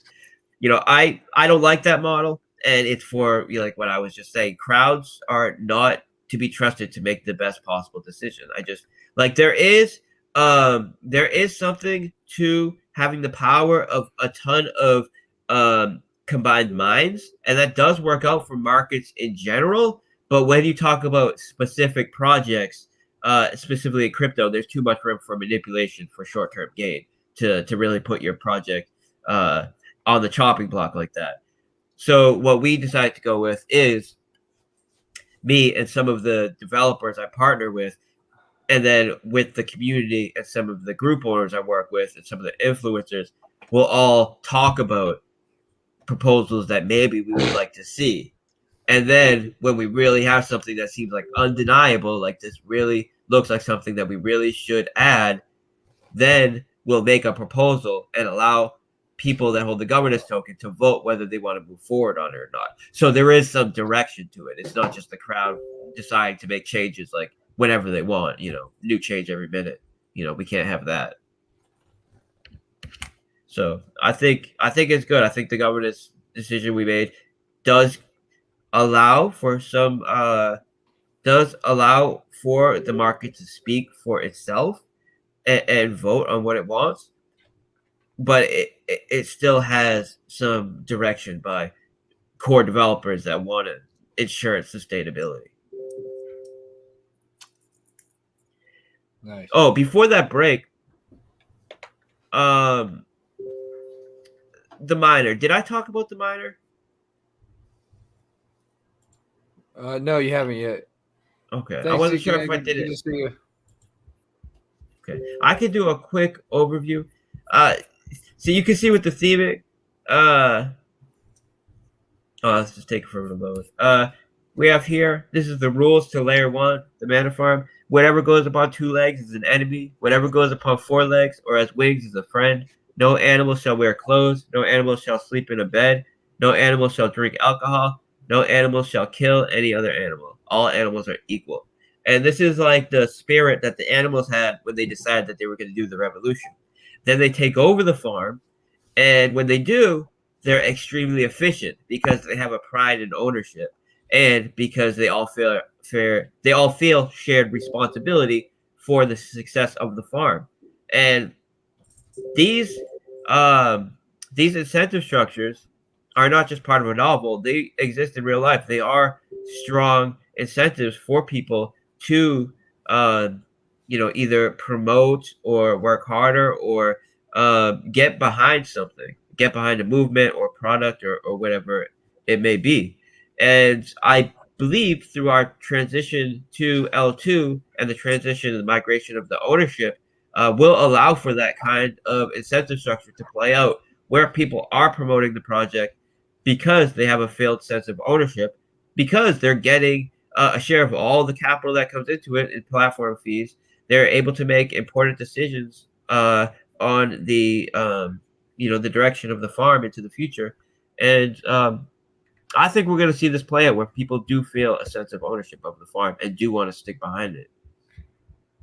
And then we have the L2 rules, which essentially all animals are equal, but some are more equal than others. And then you see we got the pig art. Pig's already wearing a hat and a suit. He's already gone off the deep end, feeling like a boss, owning everything. And this is played out in our L2 theme by the pigs are now the new owners, and the dogs are, kind of running shop for them. Like this is just like the novel of the Animal Farm. And in the end, you end up getting an owner that isn't much different than the initial owner in the novel. But in our case, it's different. It's not a fictional theme. We're getting, a shared ownership of all of the profits. So there's a major financial incentive, of course, that, Nice. So the drip miner. All right. So essentially, the drip miner People can go through it. I'm not just going to read from verbatim the word for word what it is from the white paper, but I'm going to give a brief description. The drip BUSD LP miner is a contract where you can add drip BUSD LP tokens that you get from PancakeSwap. You utilize the drip liberation contract to get those PancakeSwap LP tokens without having to pay a tax on it. And then you take those LP tokens and you can use them to buy miners in the mining game. Now, when you buy miners in the mining game, you are able to mine more efficiently, and there is an equation that is used to determine what your APY is based on how often you are hiring miners, your cash out rate, and how often or how many people or how much capital you have referred. Not how much capital you've referred, not how often you're referring, how much capital you've referred. So the daily APY is variable, and it's based dependent on how often and how many miners you are buying, how much capital you are onboarding through referrals, and how much capital you are cashing out. And the APY adjusts, so it will cap out at 3% daily, but it's not necessarily 3%. It can be anywhere from people can look at the contract, but it's I believe off the top of my head 0.5 to 3%. So if you get in and you can look at the instructions on the game, and the instructions on the game give a breakdown of various strategies you can use. And depending on your strategy, you could take out more drip LP tokens than you put in. And it's a What's the strategy? You'd have to go read them in the instructions. It's a whole. Oh, you have like different strategies kind of in there. Yeah, you can look on the Mana Farm, hit instructions, and I believe there's a strategy section. Okay, cool. But the strategy section that it basically gives a breakdown of the mechanics and how you can build a strategy to take advantage of them. Now, I would say that there's some other groups that are promoting these mining contracts, and there's a couple of other mining contracts. One of them is B&B Miner. It's been around for like over 6 months, I believe. It's still growing, still paying out. We had a ton of people that are interested in these mining contracts from our community because they just kind of became popular this month and in the past month. So a ton of people were asking for it. Part of our white paper for Drip was that we were going to provide a higher risk, higher reward game for it. So because people were asking for it, because it was something on our roadmap that we said we would do, and because we have this opportunity where we're launching a farm with a drip liberation contract that allows you to add LP tax free, we decided it's the perfect opportunity to hit this roadmap goal of drip and give the people what they want. So nice. I would say that this is a higher risk than the faucet. I would say the faucet is a bit higher risk than the reservoir. I would say that the fact that the mining game can never drain. It will always have some APR to pay out. It will always have some drip BUSD liquidity to pay out. The percentage that it pays out, like I said, is going to it's going to vary based upon your own actions and the amount of new capital coming into the pool, either in the form of compounding or just fresh capital being deposited. Your own strategy of hiring miners versus cashing out versus referring is going to determine your specific percentage. And then the amount of capital that comes in after you is going to determine what that percentage is of. So I would say that this is going to be a major opportunity for people in Drip because you're getting in at the ground floor. So I'm saying this right from the start. It's not going to completely drain, but it is a higher risk, contract. Now we see with BNB Miner, it's been going on for many months, over a half a year, and it's still growing, still paying out, doing better than ever. And I expect Drip to outperform BNB Miner by a long shot, because they were essentially just someone that just forked another contract, posted it, kind of came out of nowhere. They didn't have much of a following. Like, no disrespect, like, you know, they didn't do anything wrong. I'm just saying we have a much larger community with Drip that are people who know how to use these referral programs. Drip, BUSD, LP Miner has a 10% referral program, and we already have people that are savvy in the space to these type of miner contracts. So I believe we're going to grow a lot faster and grow a lot larger than any of the other mining platforms in the space right now. And we're going to maintain them as far as sustainability as well, not only just because of our community and the type of people that we are, also because it's involving Drip and BUSD, a stable coin and the token which is designed to be the most sustainable daily ROI token that is being removed from circulation, you know, as fast as anything. So because of these reasons, I think it will be sustainable. You know, you could, if it is possible, if you execute, you don't cash out, and you kind of execute at the highest possible strategy, you could do up to 3x your miners within 30 days or less, and your miners are what determine your percentage daily. So essentially, if you're doing that, you would be at the full 3% the whole time, and that's going to give you over 1,000% APR. So it's definitely a good play, especially for people who are listening to me right now who can get in right from the beginning. And it's going to bring a ton of new capital into Drip, and it's all new capital because they have to come in through the liberation contract. So I think this is going to not only pump the hell out of Drip, not only on the lead up to it, but when it goes live, especially, because that's when all the actual buys come in using the liberation contract. So this isn't going to be a thing where it pumps up until it goes live, and then you know it fades off or whatever. This is, it pumps until it goes live, and then when it goes live, then people can actually get in and buy the Drip without the tax. That's what I expect, the actual real move, right? And I expect it to be a consistent move. So I'm very, very happy that we decided to add this to the farm. I know a lot of people are excited about it. There's a lot of money to be made here, and it's not minting any new Drip tokens.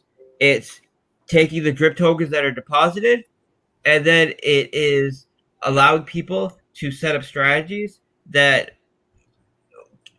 allow them to either withdraw, cash out, or high miners at a efficiency better or worse than their competition, and either take out more or less Drip BUSD tokens than they put in.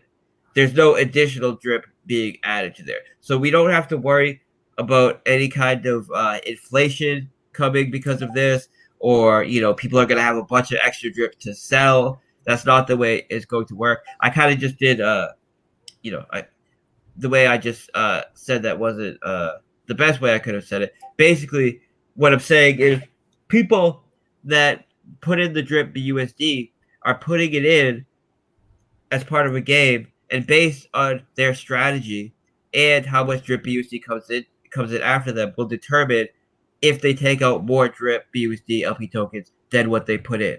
And if you look at like BNB Miner or these other ones that have been going on for 6 months, they're still consistently paying out more than what's coming into them.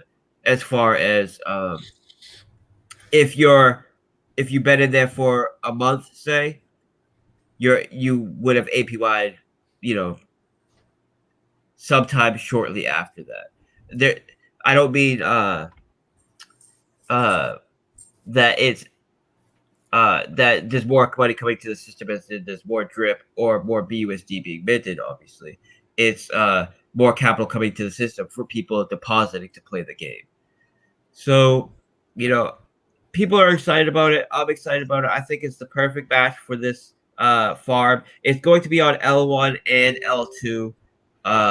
So you'll be able to access it on the L1 when L2 front end comes up. You'll just be able to access the same contract, the same front end, just on the L2 website. So there'll be no migration there, nothing to worry about.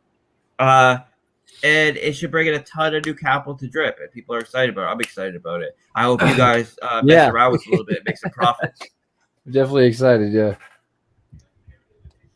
So I'd say, I could keep going, but if you guys have questions, I'd be more than happy to answer questions as well. Yeah, we did have questions. You shaving pussy? Let me see. I knew you were gonna ask that. I knew you were gonna ask that. Don't let him get away with that. Mad Dog's still out there, but he said, "Are you saying if you're holding Drip and you have enough BUSD to pair it with, you would not provide liquidity and go into the miner, or would you just hold the Drip for appreciation instead?" Well, if you're already holding, so he said if you're already holding Drip BUSD, and would you get into the miner with it, or would you just hold it for price appreciation? I didn't quite understand it either. I read it earlier. Yeah. If you're holding Drip and you have enough BUSD to pair it, would you provide liquidity, go to the miner, or just hold the Drip? For the Okay, I see. I see what they're saying. Yeah. So it's going to be whether you want to take that risk and see a potentially much higher APY. So what I would say is not all your Drip, a portion of your Drip, if that's what you decide to do. And I would say the play would be, if you don't have any funds in the faucet, put it in the faucet. If you do have funds in the faucet, then I would say it's a choice between whether you want to go more higher risk, higher reward, or lower risk. If you want to go lower risk than the faucet, with the rest of your Drip, put it into the reservoir or the farm, potentially. Right. The reservoir for sure is low risk. The farm is a little bit. I would say it's maybe a little bit lower risk than the faucet, or maybe the same risk as the faucet. It's hard to say, but it's going to be a higher yield than the reservoir, most likely. And then if you want to go high risk, high reward, then get into the Drip game, the Drip miner game. But what I would say is the faucet is like the bread and butter of the Drip program. That's like a low risk, high reward, awesome staking contract. If you're already in the faucet and you have Drip BUSD liquidity, now it's up to you whether you want to go higher risk or lower risk. If you want to go higher risk, higher reward, get into the game. If you want to go lower risk, still high reward, but just lower risk in the game, go into the farm. Right. Yeah. Okay. I think what's smart. Can you guys hear me? Yeah, go ahead. Oh yeah, I think what smart money is doing right now is they're actually buying tons of Drip and putting into the faucet, and then leading up to the launch of the farm, they're going to be collecting that 1% daily, pairing it up with BUSD and earning rev. So that's to actually support what Forex just said. Like, smart money is going into the faucet because they know that's like the high yielding, low risk investment. Then they're going to use whatever Drip they accumulate to get into the farm when it launches. Because right now, if you're holding your Drip outside, it's like a dead fish in the sea. Why would you want to do that when you can get into the faucet and start making cool cash? Yeah. Yeah, I agree 100%. And there's a road right to earning your Drip in the faucet to earning BUSD in the governance pool of the L2 farm as an owner of the farm. Like, there's a straight road there where you wouldn't even if you didn't want to, you wouldn't even have to put in any more capital. You just take the profit that you make from the Drip faucet, put it into the farm, make rev tokens, put the rev tokens in the single asset, making BUSD, and now you haven't lost any Drip, you haven't lost anything, and you're making additional BUSD. and then you're making Rev tokens, you're making BUSD. You take some of the BUSD, throw them in the game. That way you're accumulating more drip with them. Take some of the BUSD, maybe just secure some profit, and then now you've been accumulating Rev to get into L2. You get into L2. Now you're an owner of the farm, and you've essentially just taken capital that otherwise would be sitting if you just had drip in your wallet. So now you have drip in the faucet earning capital for you, which is now being used in the other contracts to secure profit in the form of BUSD and earning you a greater allocation and a greater share of these other contracts. Love it. So this is an old question because you were talking for a long time, but typically farms on what the fuck? Oh, maybe because there is no new capital coming in. PancakeSwap uses fees to buy back and add fresh capital. What is the Manor Farm plan to make it last long term? Oh, he meant, so typically farms end because. So we went over all of that already. Like, I thought you figured you did. Yeah. You have that breakdown that goes into the different there's so many things. If you have that question, I would say just go back and listen to that part. I guess I could break it down in like 2 minutes and just say well, I mean, you already pretty much covered it. It's just okay, so we'll have them go back and listen to it rather than repeating myself. It's all good, man. And then it's recorded, so that's yeah. If you hit a total value lock of 20 million and you staked on PancakeSwap, that'd be a lot of yield per day, week, or month. You could even use the yield to be on L1 forever. Oh, nice. Well, no. So this is one of the many things that does make it sustainable, like that other person was just asking. That yield, if we're making 20-30% off tens of millions of dollars, that capital is then being used to market and buy back the token. So all of that additional capital, that's a ton of additional capital that's going directly into buying up the token. But the person did say that L1 could go on forever. L1 isn't designed to go on forever. At the end of the 14 days, all of the liquidity will be removed, and then the people will use their L1 tokens to get into the L2 pre-sale, and all that capital that was just removed from L1 is migrated over to L2. 100% of it. There's no dev cut or anything. 100% of the funds that are removed from liquidity from L1 get migrated to L2, and now there's no liquidity in L1, the L1 token rev, and it's not minting anymore, so there's no emissions, and everybody who held it would have gone into the L2 pre-sale. There's no reason to hold it other than to utilize it for the pre-sale, and all the incentives to use it for the pre-sale. So after the launch of L2, L1,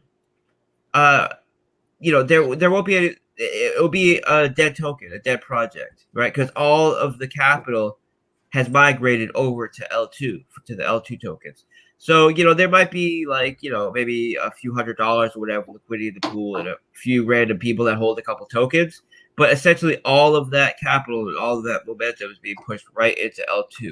And that liquidity is either being used to go into the liquidity pools of the L2 tokens, or as BUSD rewards for people who stake the L2 tokens, the governance tokens specifically. Nice. Yep. This has been the best breakdown so far, I believe, that I've done. On YouTube. Now I'm kind of, because it took a few times to grasp it because there's so many fucking moving parts in your shit. I know. I know. Same thing with drip. I was like, what the fuck's going on here? That's what I'm saying. When I start building something, I just start going crazy. I'm just thinking of all the different cool things I could do. But I'd like to think that I do kind of put it together at the end, so it has some strong logic behind it, and I'm using mechanisms that are proven fundamentally to cause price appreciation. I'm just using them in unique ways that haven't been done before. But just because they haven't been done before doesn't mean that they shouldn't be done, because most of them are designed to be better than whatever is all of them are designed to be better than what the current model is using. And we can see with drip, that's exactly how it played out. It we can look at, if you want to call flow the previous model of drip or whatever you want to call it, we can see that the changes that were made, all the changes that were made to drip, they were made with intention and a logic. Drip is way better, hands down. You've already fucking proven it, man. Way better. Thanks. Right. But yeah, but my point is that all of these additional mechanisms, it does sound like a lot, but it's for a reason, and it's so we can outperform what the current model is, just like we did with drip, and I believe we're going to do that with our farm. With this farm, huh? Nice. Yeah, shouldn't have to rub it in. Rub it in. I did have to rub it in. The numbers will speak for themselves. Hey, but this is the thing too. BT tries to take credit for fucking drip. That's bullshit, because BT stole that shit from Tron Chain. So really, it goes way back. BT stole it from Tron Chain, fucked it up, and then Forex took it and fixed it. Well, dude, you know what's even crazier than that though? Like, I don't want to bash on BT, but when I don't want to bash on him, but I will say this: when I first was going to build drip, I actually went to him and said, "Hey, man, I'm thinking about doing an idea. I am using some concepts from Flow, so if you want to be a part of it, you want to get on board, you want to partner with this, I'm down. We could do it together, right?" I offered him that olive branch to work together instead of making a competition, and he ignored that post, right? And he ignored it until he saw drip and he saw the contracts, he saw the white paper and everything, and then he came in my DMs being nasty, telling me that it's never gonna work, and build it anyways. I don't care because it's gonna be an immediate failure and all this stuff. And then when it's a success, you're like, hold my beer. That he invented it. It's my like, baby. How did you invent it when you thought it was going to be a horrible failure and all this stuff? He was telling me it's never going to work. It's going to be a failure. Right. It's going to be an immediate failure. It's going to be dead at launch. All this stuff, and then it wasn't. It's a success, and now he's saying he invented it. It's like, dude, you can't be one or the other. But anyways, I don't mind him at all. The past few times I've talked to him, it's been cool. It's just I've been nice to him too the last few times, so. He's been getting way too many fucking free passes. He says the elephant is the drip killer. Yeah, that's what he says. He says that fucking drip's gonna be sucking the elephant trunk. It doesn't even make any sense, but okay. If you want to think that, there's nothing about elephant that would make it outperform drip in any way, but other than like you get rewards to your wallets, but rewards of nothing is still nothing. Well. When it breaks its listing price, then we can talk, right? I still hold all my elephant. I haven't sold any because I'm down and I don't want to lose. But when it breaks its listing price, we'll talk about it being the drip killer. I'd say that. Fuck you, bitch! I've got a question, Forex. But anyways, I don't like, I'd be willing to talk to him about whatever he wants to talk about. Like I'm fine with do it him on the stream. That'll be fun. Yeah, we got round 12 going. Oh man, no, I wouldn't want to fight with him. The last time I talked to him, it was cool, and it was cool. You like knocked him out, like verbally. I mean, like metaphorically. Pow. Well, I got no problem with him. I wish him success on his next project. So do I. Fuck. Yeah. Like, I need Go ask me all you fucking want, bro. You think he fuck? I hope the BT's the one that headbutts first. Well, First, can I ask you a question? Yeah, please. Have you determined the supply for Rev, pigs, and dogs? Yeah. Yeah. Well, kind of. So we know the supply of Rev because Rev is a 14-day project, right? So we know how many tokens are minted for 14 days. The L2 farm is a different story because of the dynamic emission rate. So the emission rate can change, and it can also go to a point where it's a deflation. They're deflationary tokens, and at that point, the supply would be reduced. But if L1 has a max capped supply, we know exactly what that supply will be, and that will be completely emitted for the 14 days. L2 is completely different because the supply is completely dependent on the current and historical demand for the token. And it's designed like that to be more sustainable than any other project out there, any other farm project out there.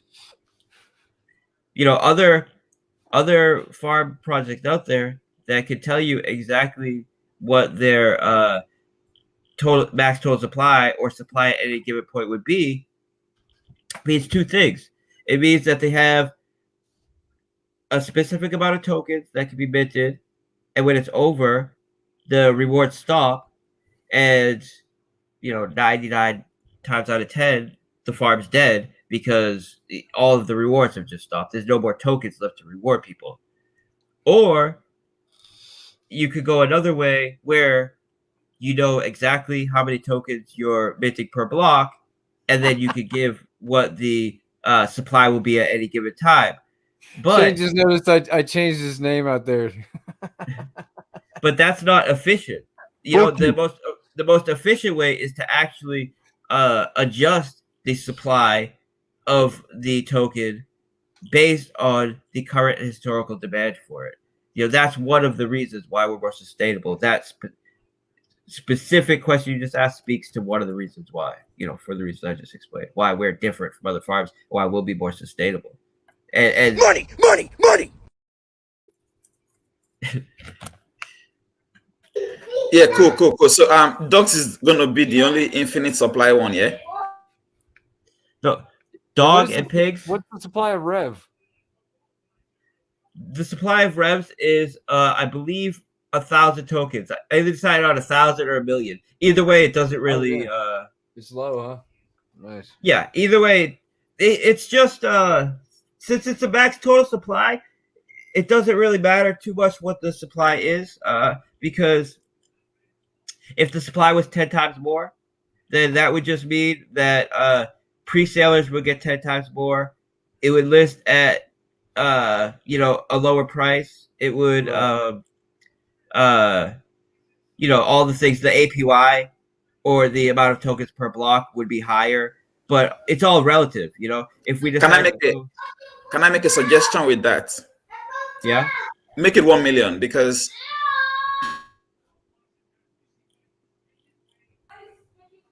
make it 1 million because no one wants to buy if people. Actually no. You know what? Before you even say anything, we were thinking about 100,000 or 1 million. One of them would have made it $8 per token. The other one would have made it $80 per token.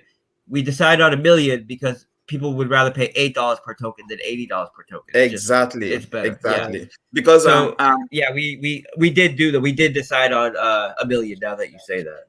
Yeah, because the farmers on the outside that are not in drip, they know how farmable token was, but because they've not read the white paper, they would think, oh shit, nah, I'm not buying this token because it's already $80. But then if they see it as at a very low USD value, they'll go, okay, this can still run up, So just based on that, that's what I said. 1 million might be better. Yeah, I agree. Yeah, that's actually I agreed with that with some of the people I was working on this with.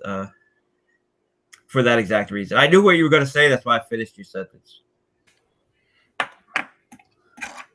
One more question, if you are up for that, or if there's no other question from anyone else.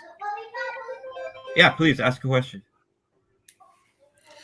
So these are also still for degen farmers. So they want to try to go into the BNB BUSD pool because they feel like, these are the kind of farms that we can kill.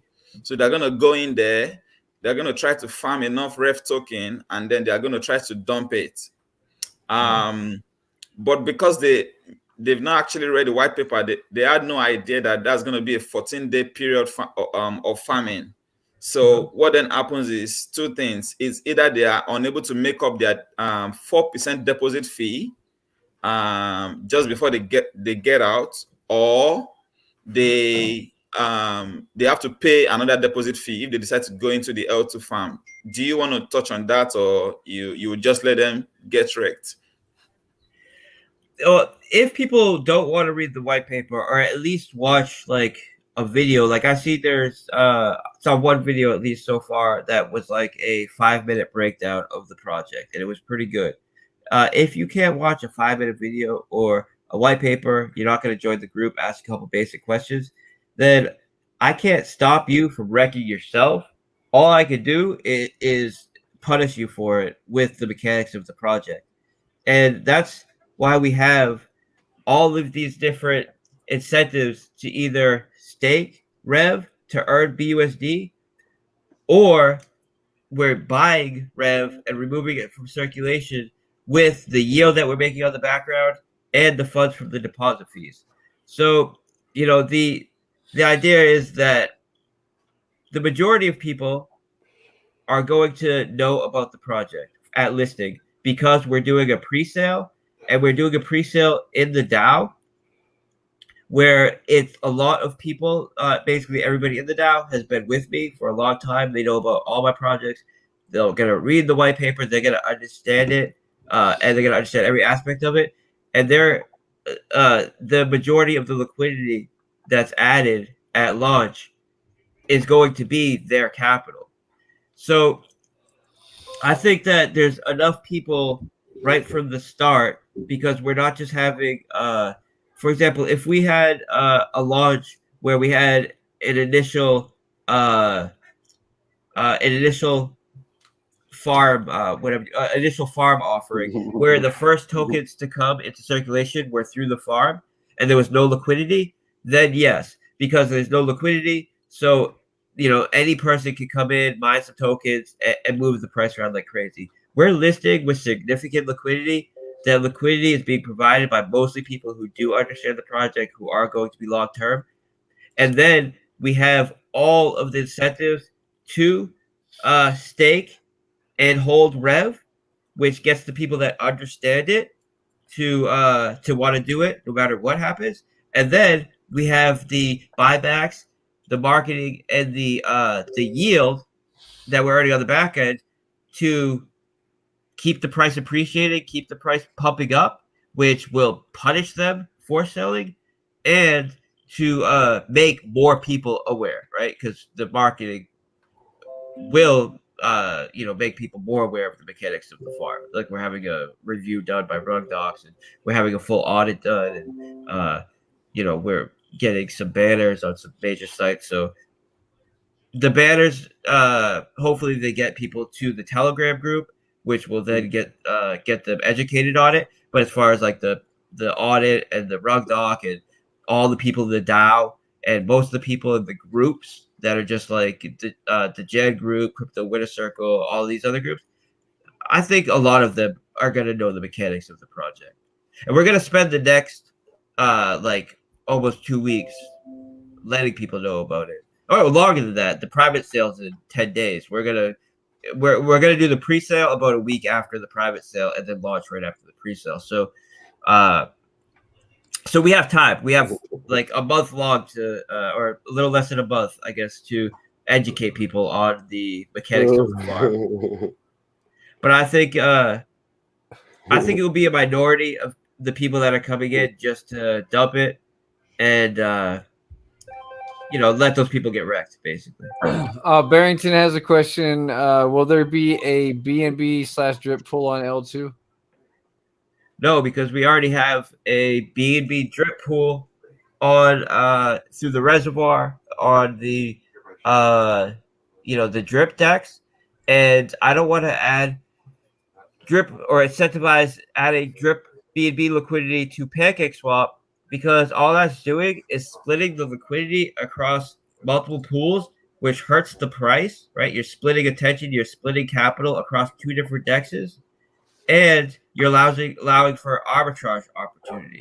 between both, which is just allowing bots to basically siphon capital out of our system. So Yeah. I want, it's going to be most beneficial for us to have more stablecoin liquidity. So that's why I want to incentivize stablecoin liquidity to PancakeSwap, and that will handle the liquidity issues that we have on PancakeSwap to get people to use it more often and to get more volume on there. And it also gives us stable liquidity, which helps for the reasons I was already just saying. It lets us disconnect from the spikes and crashes of the market and let us move on our own merit. Which, if people want to hear more about that, they can just go back to the beginning and listen to it. Nice. I gotta run. I gotta go play Captain Save a Hoj. Anything she needs to jump. We got cool, man. Thanks again, 4X, for this and for Discord today. We got any more questions out there in the audience, or Black Sheep likes to get paid? Hey, what was the last question that you just asked me? I just want to make sure I answered it fully. Will there be a VMV drip pull on L2? Okay, yeah. So I just didn't want to create that arbitrage opportunity. We already have a great contract for drip BNB liquidity on through the reservoir, and potentially we'll partner with other projects in the future that do have pools for drip BNB. I know there's a bunch of other farms and friendly projects with other devs that want to do stuff like that, and I've just been telling them, hey, just give me a couple weeks so I can handle this, and I'll get back to you.